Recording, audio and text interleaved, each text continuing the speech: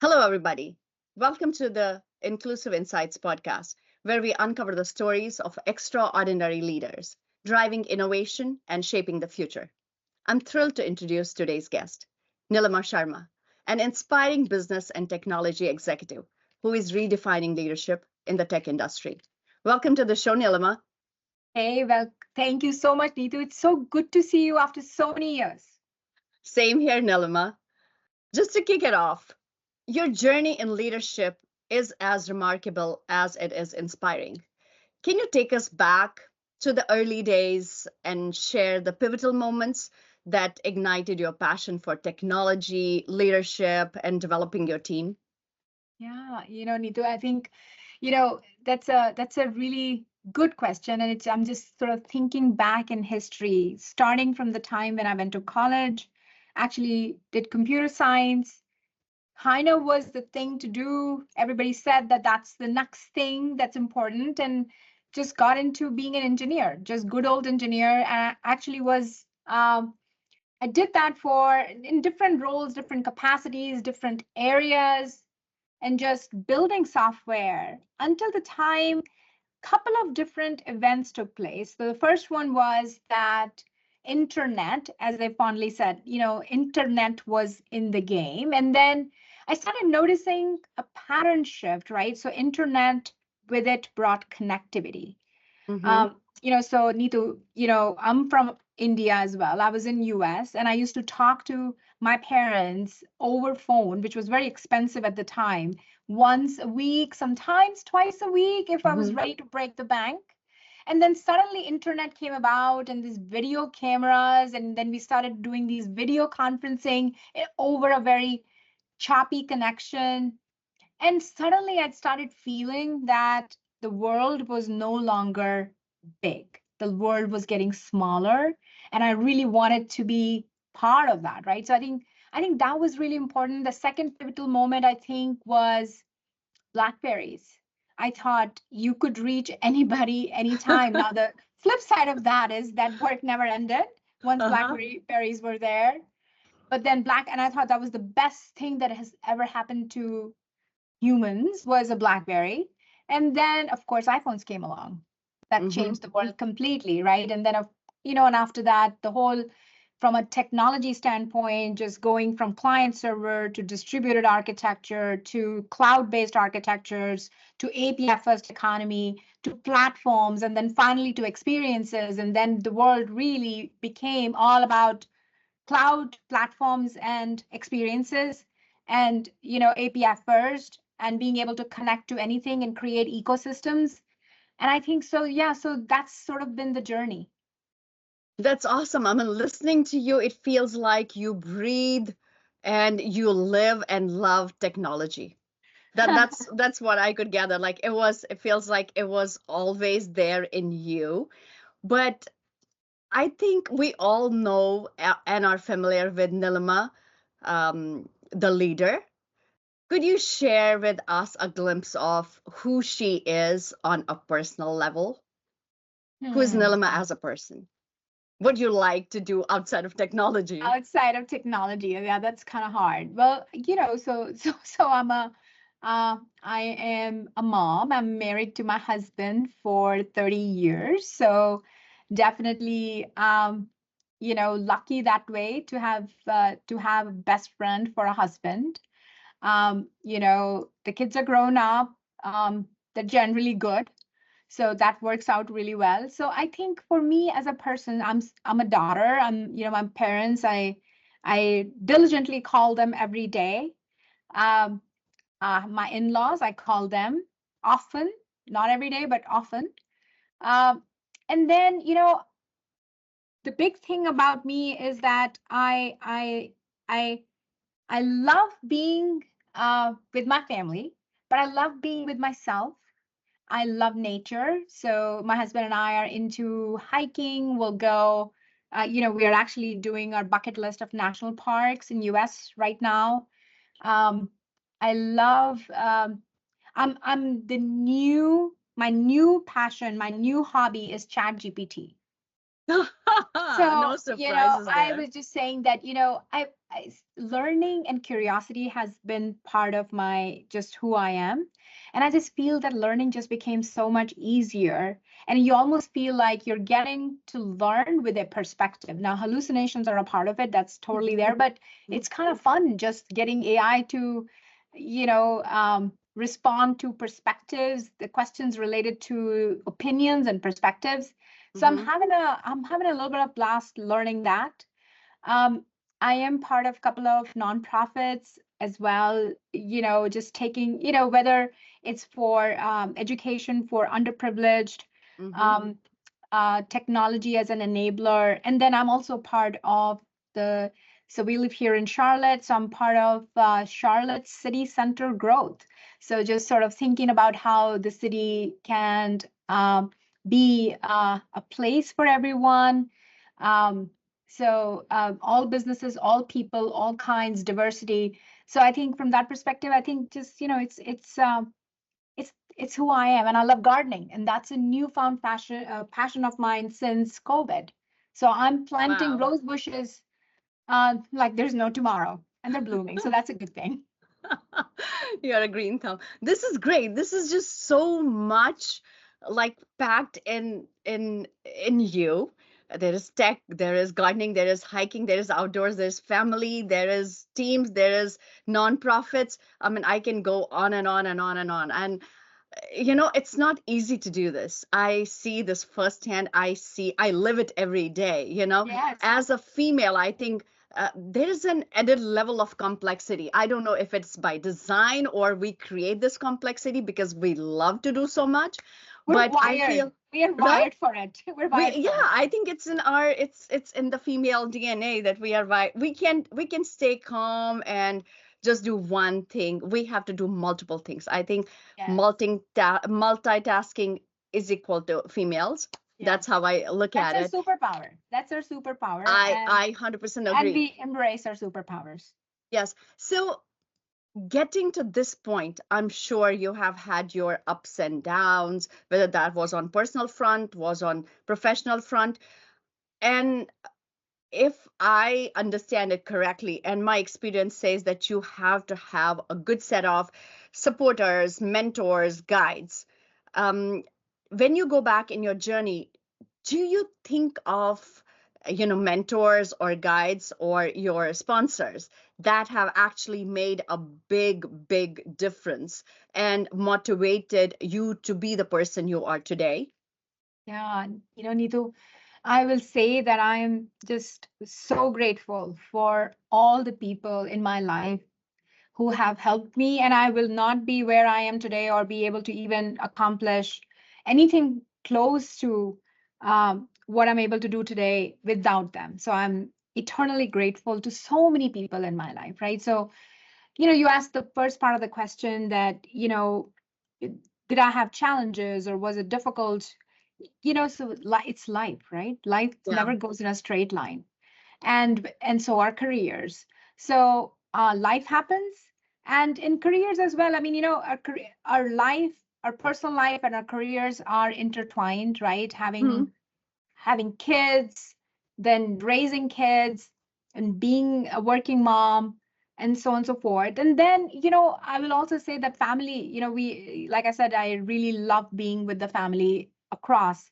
So, there was a time where there was a family priority that I had to take care of, right? And I just, somebody in the family was having uh, a medical emergency, right? So I just put away everything and just focused on taking care of this person. And I think, while that time was very difficult, it was challenging, it it allowed me to grow in a very different way. It allowed me to develop a softer side. It allowed me to develop this emotional side, this empathy that Mhm. just came from being in that situation. And then, of course, when I came back after a short break, I came back to work. I brought all that growth with me. Mhm. And that growth that really helped me, actually, believe it or not, in my career, because people would say, oh, well, you took a pause. And then, But actually, if you think through this, we bring our whole selves to work. Mm-hmm. And what we accomplish is not just cerebral, it is also powered by our us being emotional beings, right? So I think I developed a whole different level of empathy going through that experience that started to come and manifest into work on a day-to-day basis, how I interacted with the teams, how um, you know built that relationship with the teams, then ultimately building that relationship with the customer, being in the digital arena, and then actually, just thinking about that customer experience and always thinking about that experience from the point of view of the customer, it just became so naturally, right? So the Mm-hmm. long answer to the question is that yes, life has ups and downs, but I just think that every single time that what may feel as a challenge can actually turn into an opportunity. So that would be just the one thing I'll just say from my personal experience. The other thing is, you know, I have been fortunate. My dad has been just the greatest mentor in my life. He's, ever since I was a little girl, he's been the biggest supporter that I've had. And then, of course, my family, my husband. But then also, if you think through this, various positions, I've had female leaders, um, even male leaders who've just been very supportive, and there's learnings to be had from everyone. Mm-hmm. And I'm a big believer in reverse mentoring. So as I got into some leadership positions, one of the things that I have never let go of is being always connected to individuals in the team. Now, it now happens in a very large group setting. However, it still happens.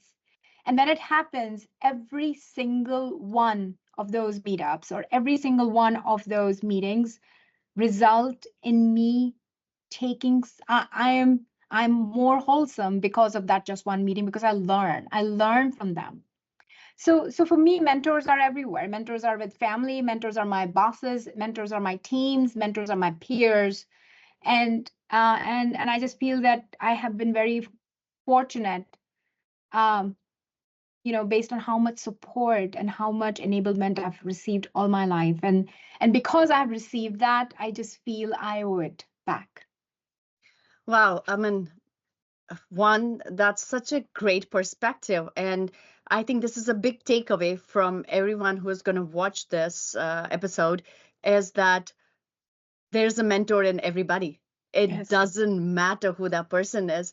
And you can learn something from everyone around you. It could be your kids, your husband, your parents, or the people you work with. It could be your team Yes. members, right? I think that's such a big takeaway. If we understand that, we're going to really benefit.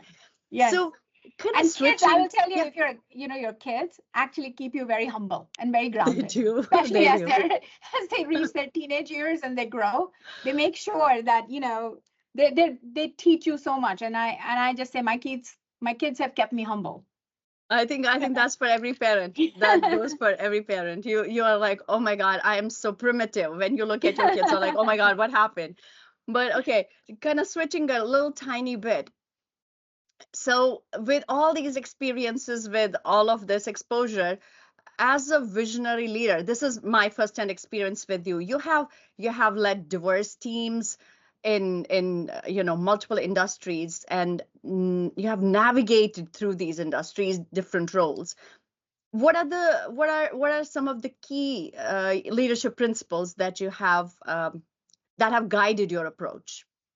And how do you cultivate a culture of innovation within your teams? And I'm being kind of a little open. I just read your posts on LinkedIn, or I see what Lowe's is doing, and it's like innovation all around. So how Yes. do you do all this?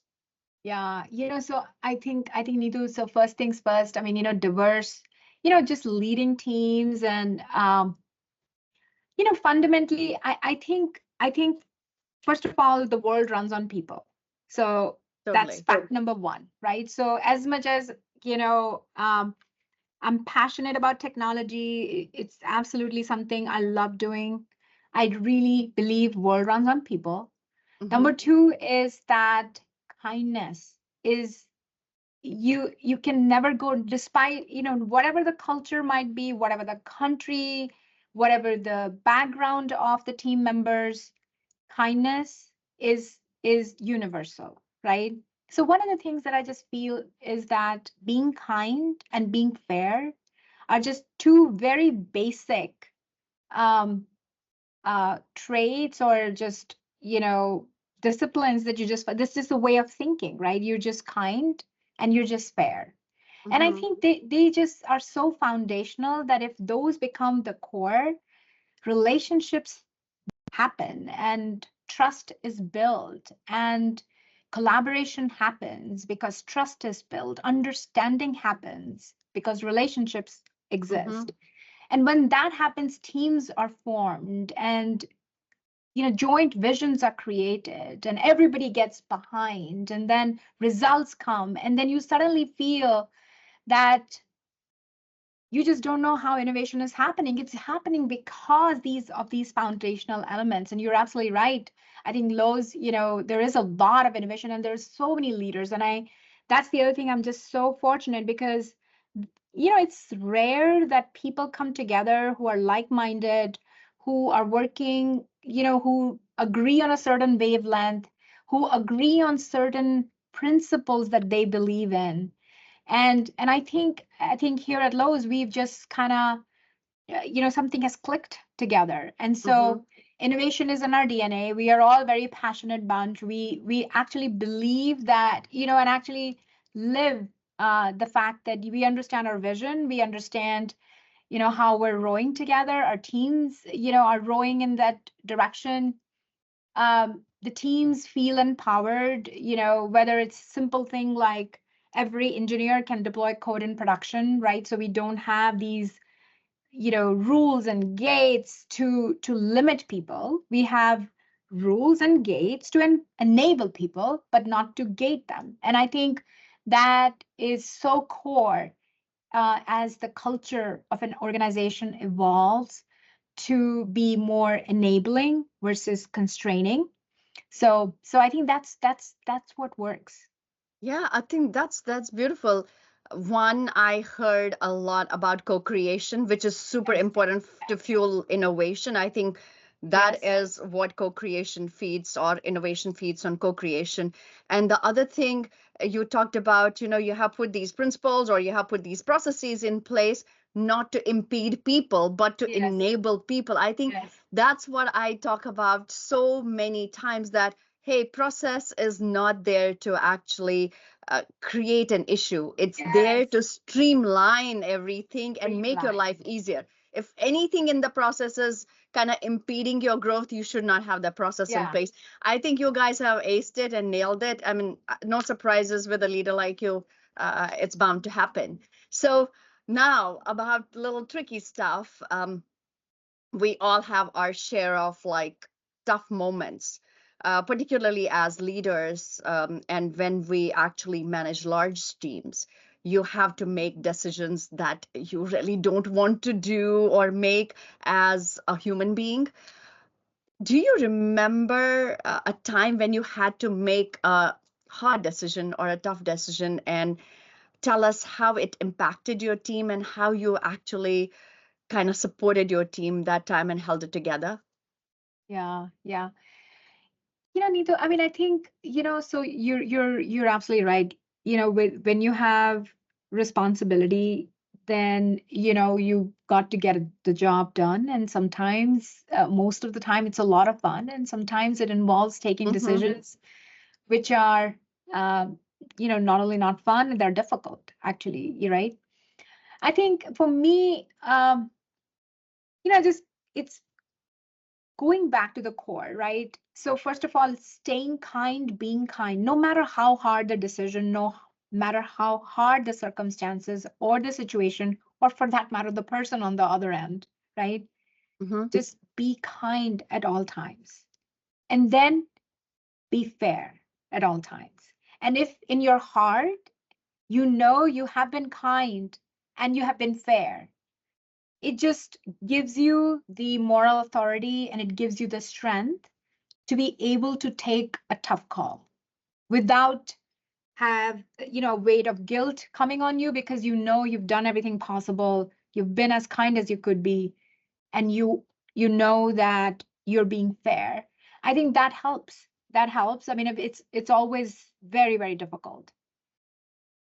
So that's kind of been my anchor, and I really think that kindness and being fair are so foundational to any situation in my life, frankly.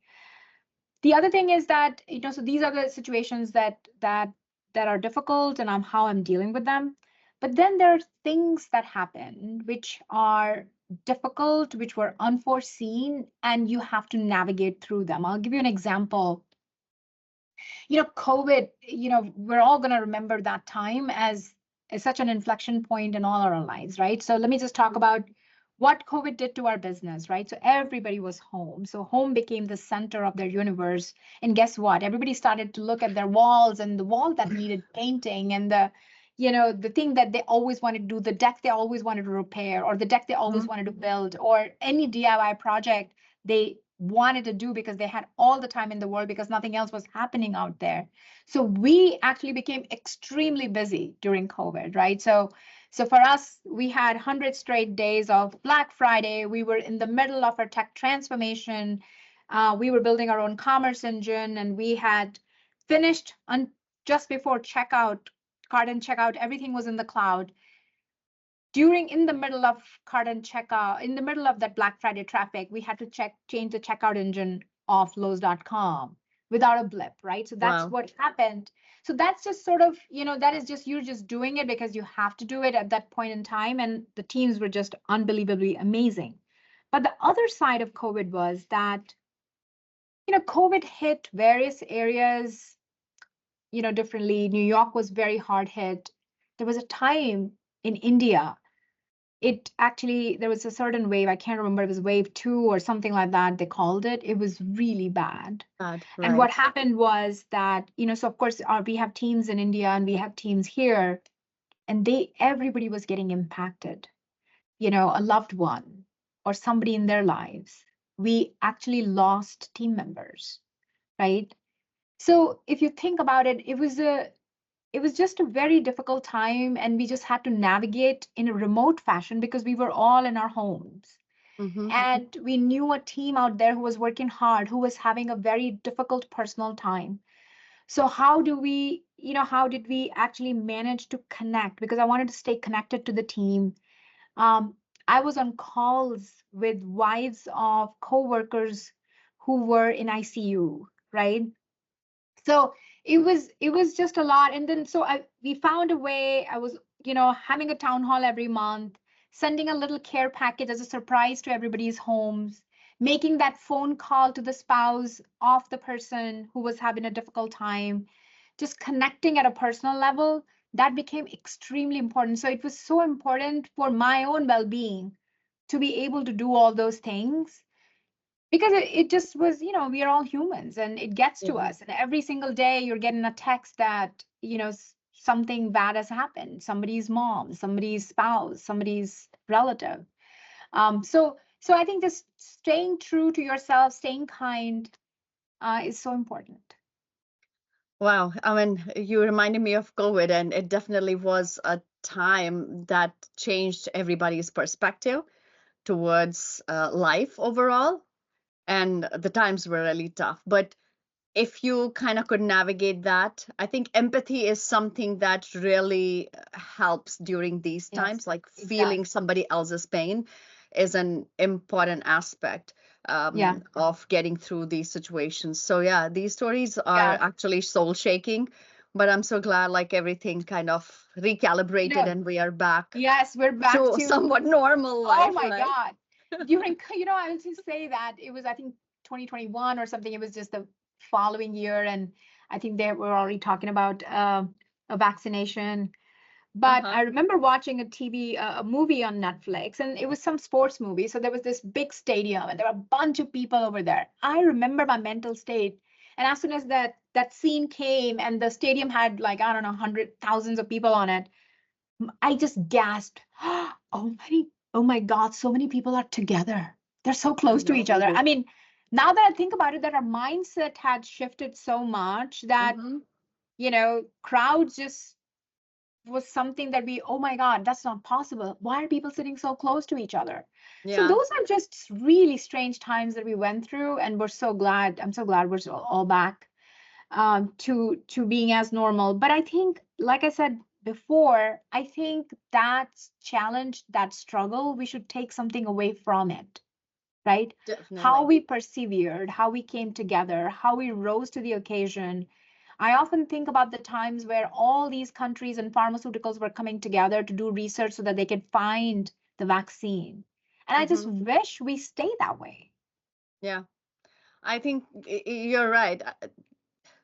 It's just so hard when when there's adversity, that's where we kind of think of being together as a group Uniting, and right? collaborating, right? Yeah, Because yeah. we have an external enemy, but other than that, we are just trying to figure We out how get to so defeat each distracted other. and lost. Yeah. And then I think we get anchored when we are having a difficult time in our life. Uh-huh. And then, and I think that's the key is how can we continue to remind ourselves and try to stay anchored? Mm-hmm. Because I think, we can accomplish way more Mm-hmm. if so I think that's what sometimes they call you use the word adversity. What is the adversity advantage, right? Uh-huh. It's really that anchoring. It's in some ways it brings clarity, It right? does. because It because does. you can actually focus on really what's important, because at that point in time what's important is to get out of the situation, that difficult situation you're in. It keeps you focused, it keeps you grounded, and it allows you to think clearly and get out of it. Totally. Imagine being able to bring the same level of focus on a day-to-day basis, keep you grounded. I think navigating life becomes so much easier. It does. I mean, having that right perspective and having the right priority list, I think it's is key. But something that is that gets highlighted in this conversation is collaboration. Yes. And I have seen you all along um, advocating for associates or employees, championing resource groups, which kind of takes me towards that. Obviously, you want to see people work together in a collaborative environment, right? And Yes. you appreciate that about your team, and I know that firsthand. So let's talk a little bit about how crucial collaboration is to any organization's DNA, and how do you personally foster collaboration in your teams or even Yeah. in your organization? Neetu, I think the answer to that would be, I think it's critical, right? I mean, I don't think organizations can sustain, let alone thrive, without the members of its organization actually collaborating and Mm-hmm. uniting. And you talked about co-creating and you, you there is something about parts coming together to form a whole. Mm-hmm. And many times what we've noticed is when parts come together and they fit in a certain way, they become bigger than themselves, they become bigger than the whole itself, right? And so to me, I mean, I think collaboration is the only way to win in this highly competitive environment where, really no business can just take their people for granted and their business for granted. So I think people, again, the world runs on people. Any companies, their biggest assets, it's people. And then how the people of those companies, the teams of that companies come together to solve whatever needs to be solved is the key. I actually think that alignment, having a strong strategic vision, being able to articulate that vision, creating um, sort of burning platform so that people understand that vision, can question that vision, embrace that vision, and at the same time, I would just say having the humility. I think that's so important. Having the humility to listen is Mm-hmm. so important, right? Because you know, um, communication is never one-sided. when communication happens, magic happens. But communication is always two ways. It's both Hmm. ways. So I think to create a collaborative organization, a collaborative team, a high performing team, I think a clarity of vision, communication of the vision is important, but at the same time, a humility to take the feedback, empowering the associate to be able to say, well, I think it's going to work, but this is not going to work, right? That's also very important. Um, so I think that allows us to keep refining. So I'm a big believer in incremental, iterative way of evolving and thinking. Cast a vision, cast a North Star, but then how you get there, you need perspectives, diverse thinking, opinions, and really humility to listen to all of that and keep putting our best foot forward, and then execution together. I think that's the way to succeed. And I think that's how collaboration happens. When people feel they can contribute and they're heard. Perfect. Are there any specific initiatives that you have deployed in last, say, 10 years that actually really fueled collaboration or teamwork? Yeah. I mean, I think, if you think about it, majority of the initiatives that we've been undertaking, um, uh, you know, in tech, they have been largely fairly big transformations. Mm-hmm. And there have been several on several fronts. And I would just say that they have been successful because teams came together. Mm-hmm. I'll give you one.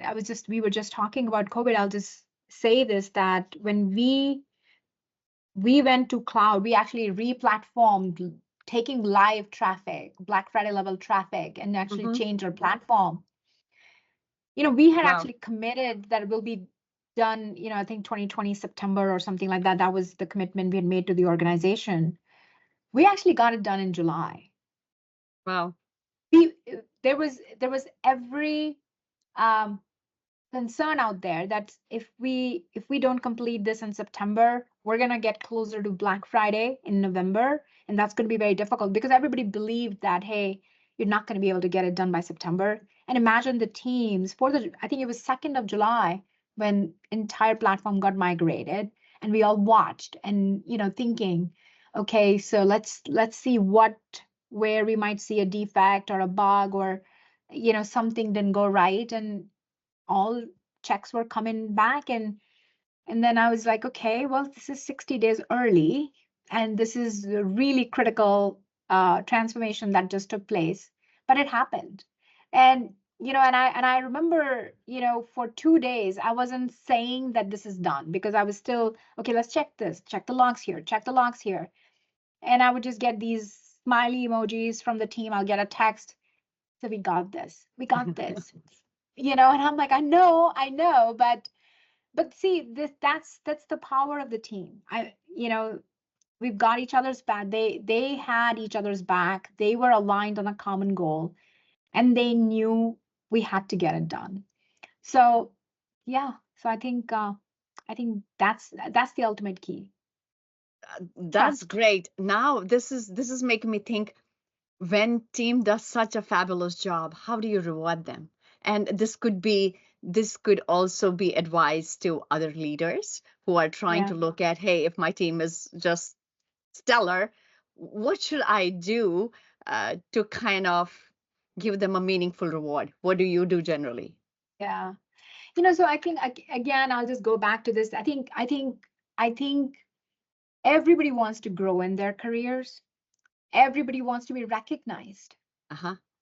right? So I think recognition, as much as I think we do a lot, but I will always say that I don't think recognition is ever enough. Mm-hmm.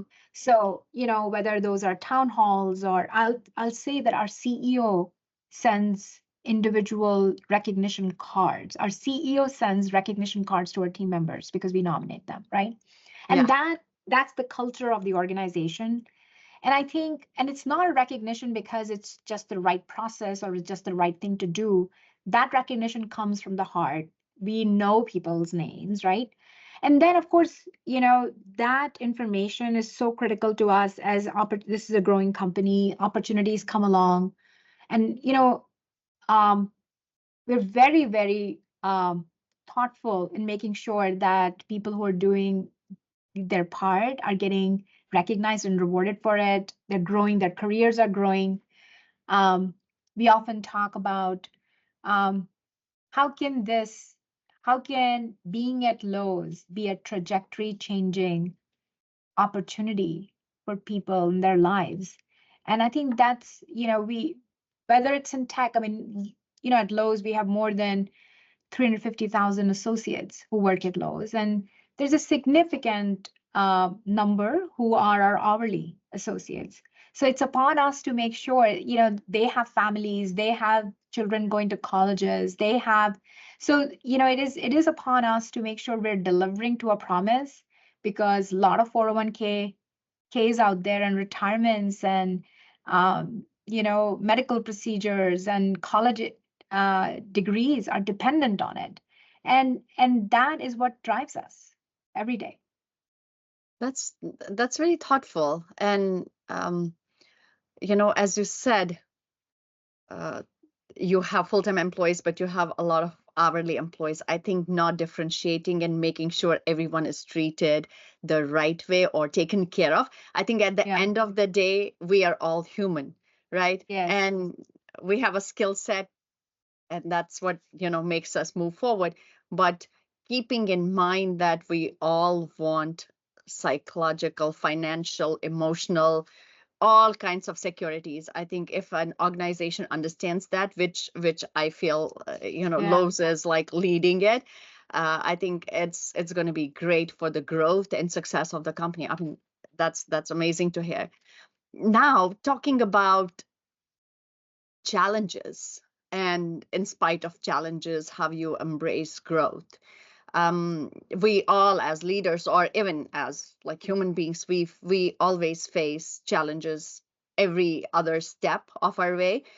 Yeah. Was there a significant obstacle or a significant challenge that you encountered, whether it was personal life or professional life, at Lowe's or before Lowe's, that you were able to, convert into an opportunity for growth and innovation? Can you think Yeah. of anything? I just keep thinking, it's so much. I feel like COVID is where I can just anchor so many learnings. I mean, it's just unbelievable amount of learning that we had. But I'll just say, give you one simple example. So first of all, when COVID started, social distancing became the terminology. And I had to first look it up. What is social distancing and what is the origin of this term? Like, what is it, right? Just trying to understand what this is. And they kind of talked a little bit about, olden days when there was a pandemic, they would mark some people's houses and make sure that if, somebody was sick in their house and nobody meets with them, so on and so forth. That basically what social distancing meant. And I said, okay, well, this is physical distancing because we're not socially disconnected thanks to technology. Uh, but having said that, because of those physical or social distancing guidelines and rules, we knew that, well, Lowe's was actually a retailer that was open because it was considered essential. So essential retailers, our associates were in the stores every day.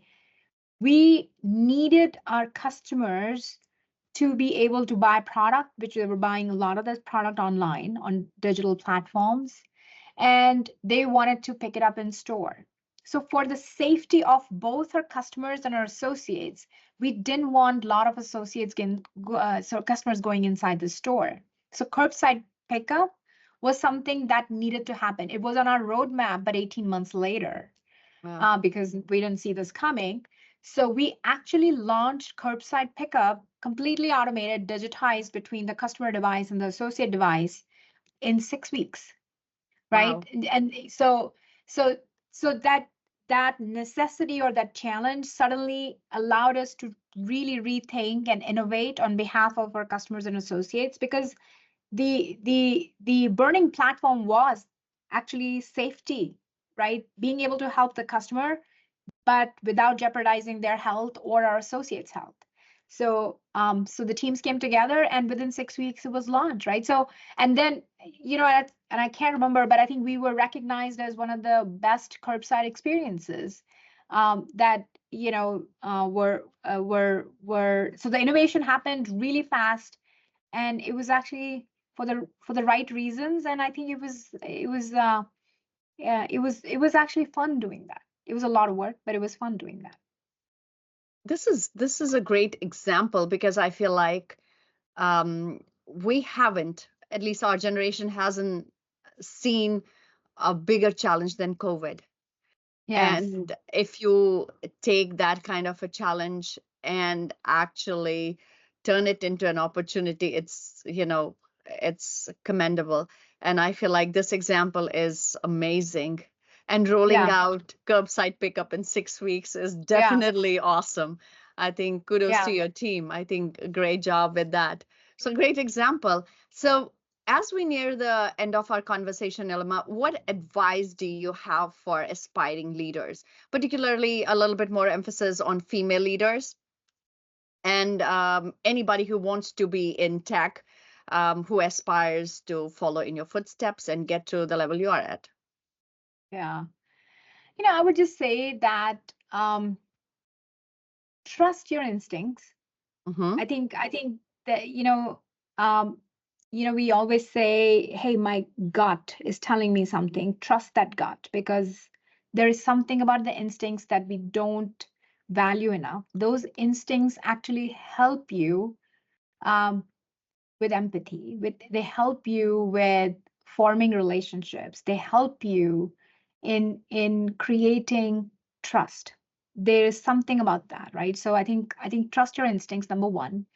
Number two, I talked a little bit about learning can happen from anywhere. It can come from anywhere, right? So just staying open-minded. Um, I think that's so critical. I was talking to uh, one of our interns, and so he told me he was born in when 9/11 happened, Wow. and then he graduated high school, or he was in 10th grade or something. And he was from Boston, so the Boston Marathon happened. And when he was graduating college, COVID happened, right? So and I was like, he says, this has been it's been such big events that have marked. So I've kind of grown with that sort of a shadow that, not, for the first few years of my life, 9/11, I came to know of something called 9/11 as early as when I was 4 years old, because it was so Mm-hmm. fresh in people's mind. Then Boston Marathon kind of set this tone for, and then of course COVID, that college majority, couple of years of college happened in a remote setting. And I just said to him, I said, can you imagine how well equipped you are for life, Yeah. right? Your ability to adapt, your ability to evolve. So I think just don't underestimate yourself, no matter how young you are. Trust your instincts, trust your ability to adapt. Learning can come from anywhere.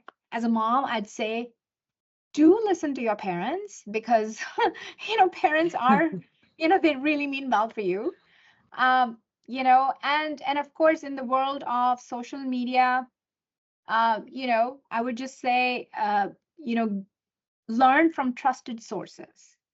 And that would be my advice to the younger generation, because that's a big learning platform for them. Yeah, I think this is all great practical, advice. Particularly, listen to your parents. Yes. Experience matters for sure. Matters. Yeah, It it does does. matter. I know, every generation thinks that what the hell has the previous generation been doing, and every Yeah. generation thinks, oh my God, the next one is so much more advanced than Yeah. mine. What Yeah. happened? But I think every generation has something to offer. It's like passing the baton and Baton and continuing learning. the race. I think everybody Totally. has a part to play, and if we, again, going back to, if we build trust, we collaborate, we co-create, I think world would be a better place. World This would be a better was place. such a fabulous conversation, and I'm so glad we could steal some valuable time out of your day and have this conversation. I'm sure our audience is gonna love this. So thank you so much. And I'm looking forward to having you more on the show and talk a little bit more about some deeper topics. Maybe we will pick AI in future, who knows, as we are getting into that era. But thank you so much, Neelima, for sharing all these insights, stories, and your thoughts with us. And Neetu, no, thank you so much for having me. And it's so good to see you after so many years. And I really enjoyed our conversation together. It's Same great here. to see you do so well. Thank you. And to our listeners, to our audience, thank you so much for tuning in. We will be back with another fabulous episode with another fabulous leader. Until then, keep collaborating and keep co creating.